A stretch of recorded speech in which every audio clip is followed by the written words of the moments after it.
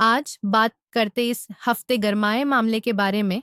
Delhi high court ने एक महिला की याचिका खारिज की जो हिंदू विवाह अधिनियम 1955 के सेक्शन 5 बीवी को असंवैधानिक घोषित करने की मांग कर रही थी। यह धारा उन दो हिंदू व्यक्तियों के बीच विवाह को नियंत्रित करती है जो स्पिंड होते हैं, यानी उनके खानदान में बहुत करीबी रिश्ता होता है। अगर दोनों के रिवाज में उनकी शादी की इजाजत हो तो अनुमति दी जा सकती है। इसी मामले को देखते हुए अदालत ने कहा कि अगर शादी के लिए साथी चुनने को बिना नियमों के छोड़ दिया जाए तो ऐसे रिश्तों को मान्यता मिल सकती है। सपिंड विवाह क्या है? आइए अब हम पहले जानते हैं कि सपिंड विवाह क्या है। सपिंड विवाह एक हिंदू मैरिज एक्ट के तहत एक विशेष प्रकार का विवाह है जो उन व्यक्तियों के बीच होता है जो आपस में बहुत करीबी रिश्तेदार होते हैं और इससे सपिंड रिश्ते की सीमा में आने वाला माना जाता है।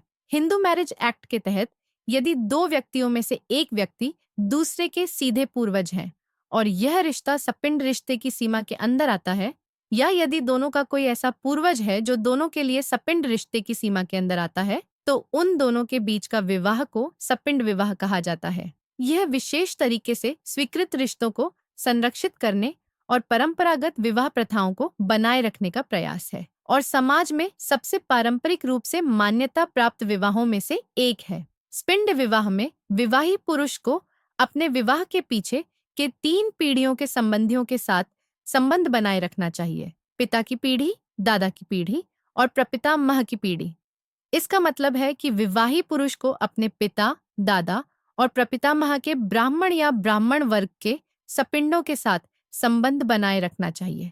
इस प्रकार विवाही पुरुष अपने आत्मा को अपने परिवार के साथ मिलाकर रखता है और पितृ आरण को पूरा करने का कार्य करता है। सपिंड विवाह को लेकर हाई कोर्ट का क्या जवाब था? दिल्ली उच्च न्यायालय ने महिला की दलीलों को अस्वीकार किया, कहते हुए कि याचिकाकर्ता ने सपिंड विवाह के उचित सबूत प्रदान नहीं किया जो इस प्रथा को स्वीकृति देने के लिए आवश्यक है। न्यायालय ने यह भी बताया कि विवाह में साथी का चयन विनियमन के अधीन हो सकता है। सपिंड शादी पर रोक में कानून की क्या कोई छूट है? सपिंड शादी पर रोक में कानून की क्या कोई छूट है? जी हाँ, बिल्कुल छूट मिल सकती है, लेकिन इसके लिए कुछ नियमों का ध्यान रखना पड़ता है, जो कि यह है, यदि लड़के और लड़की दोनों के समुदाय में स्पिंड शादी का रिवाज है तो उन्हें इस नियम के तहत छूट मिलती है और वे ऐसी शादी कर सकते हैं।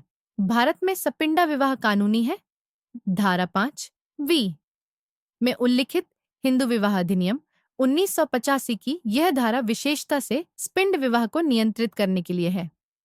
यहाँ इस धारा का एक अंश है, यदि कोई विवाह स्पिंड विवाह होने की धारा 5 का उल्लंघन करता हुआ पाया जाता है और ऐसी कोई स्थापित प्रथा नहीं है जो इस तरह की प्रथा की अनुमति देती हो, तो इसे शून्य घोषित कर दिया जाएगा।